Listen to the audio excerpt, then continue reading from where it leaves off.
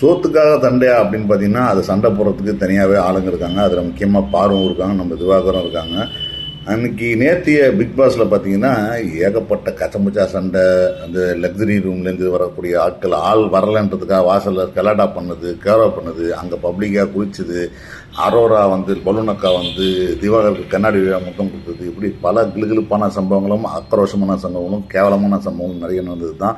இதில் வந்து நாமினேஷனில் வந்து பார்த்தீங்கன்னா வெற்றி செஞ்சாங்க பார்வதியை. 14 ஓட்டுக்கு மேலே வாங்கிட்டாங்க. அதுக்கு அடுத்தது ஹையஸ்ட் ஓட்டு பார்த்தீங்கன்னா நம்ம திவாகர். அதற்கப்புறம் வந்து இதில் வந்து உஷாராக வந்து இந்த சாமியார் கேரக்டர் கலையாசன் வந்து எஸ்கேப் ஆகிட்டார், எப்படின்னு தெரில, அமைதியாகிட்டார் திடீர்னு. ஸோ இதையெல்லாம் தாண்டி அடுத்து கம்ருதினை வச்சு செஞ்சாங்க இந்த ஓட்டெடுப்பில்.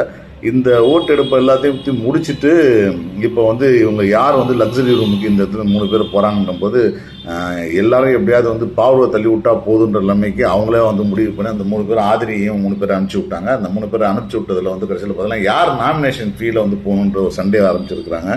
ஸோ நேற்று முழுக்க பார்த்தீங்கன்னா இதோடைய பிரச்சனைகளாக ஓடிட்டு இருந்தே தவிர எதுவும் சிறப்பாக இருந்துச்சுன்னா பார்த்தா கத்திட்டே இருந்தாங்க. எவ்வளோ பார்த்தாலும் கற்றுன்னு கத்திக்கிட்டே இருந்தாங்க. இதுக்கு நடுவில் வந்து சோறு சாப்பிடாமல் நம்ம ரம்யா வந்து மயக்கம் போட்டு விழுந்ததுனால அவங்க அலைக்கா தூக்கிட்டு போயிட்டு அதுக்கப்புறம் வந்து நீங்கள் எல்லோரும் ஆளாளுக்கு ஒரு கருத்து சொல்லி இப்படியான விஷயங்கள் போட்டு நேற்று இந்த கூட்டத்தில் கும்பலில் வந்து பார்த்திங்கன்னா ஒரு சீனை வந்து நடிச்சு காட்டணும்னு சொல்லிட்டு எல்லாரும் ட்ரை பண்ணாங்க. அந்த காத்து வாக்கில் 2 காதல் படத்தில் வந்து சீனை வந்து விஜய் சேதுபதி பேசின சீனை வந்து நடிச்சு காட்டினாங்க.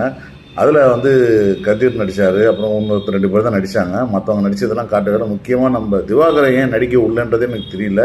இதில் பிரவீன் வந்து நடிக்கும்போது பயங்கரமாக டிஸ்டர்பன்ஸ் கொடுத்து அவர் வந்து ஒழுங்காக நடிக்கல, நீங்கள் டிஸ்டர்ப் பண்ணீங்க சண்டை போட, அதில் திவாகருக்கு வந்து உங்களுக்கு திறமை இல்லை, நீங்கள் நடிக்கிற திறமை இல்லைன்னு சொல்லிட்டு அவர் நடிக்கிறத பற்றி கிளாஸ் எடுக்க அது ஒரு கலாட்டாக போச்சு. இந்த அபத்தத்தெல்லாம் பார்க்கும்போது திடீர்னு வந்து ஏன் வந்து மியூட்டில் பார்த்தா கூட இந்த சண்டை நமக்கு புரியும் போல இருந்துச்சு. அந்த மாதிரி தான் இருந்துச்சு நேற்றுக்கு ஃபுல்லாக. ஆனால் இந்த நாமினேஷனில் வந்து தொடர்ந்து இந்த மாதிரி இவங்க 2 பேர் இருக்கிறது வந்து நிச்சயமாக ஒரு பெரிய அளவுக்கு இந்த வார இறுதியில் வந்து ஒரு பெரிய விஷயங்கள் நடக்கும்னு தோணுது.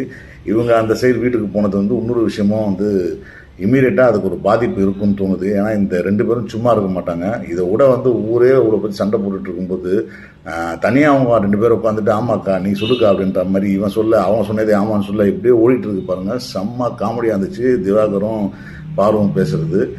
இதுக்கு நடுவில் வந்து ஒரு ஆதிரையும் அந்த இந்த பையன் ஹைட்டாக ஒரு பையன் இருக்காங்க ஜேக்காவா, அந்த பையன் வந்து 2 பேரும் லவ்ஸ் ஒன்று ஸ்டார்ட் ஆகிருக்கு. இந்த லவ் வந்து நிஜமாவா வருதா இல்லையா அப்படின்னு தெரியல, இல்லை இந்த எபிசோடுக்காக உருவாக்குறாங்கன்னு தெரியல. அந்த லவ் எந்த அளவுக்கு இந்த பிக் பாஸை காப்பாற்ற போகுதுன்றதை பார்ப்போம். ஏன்னா இப்போ தான் மடியில் கொஞ்சம் படுத்து கொஞ்சம் கேட்க ஆரம்பிச்சிருக்காங்க. லெட்ஸ் சி, பார்ப்போம்.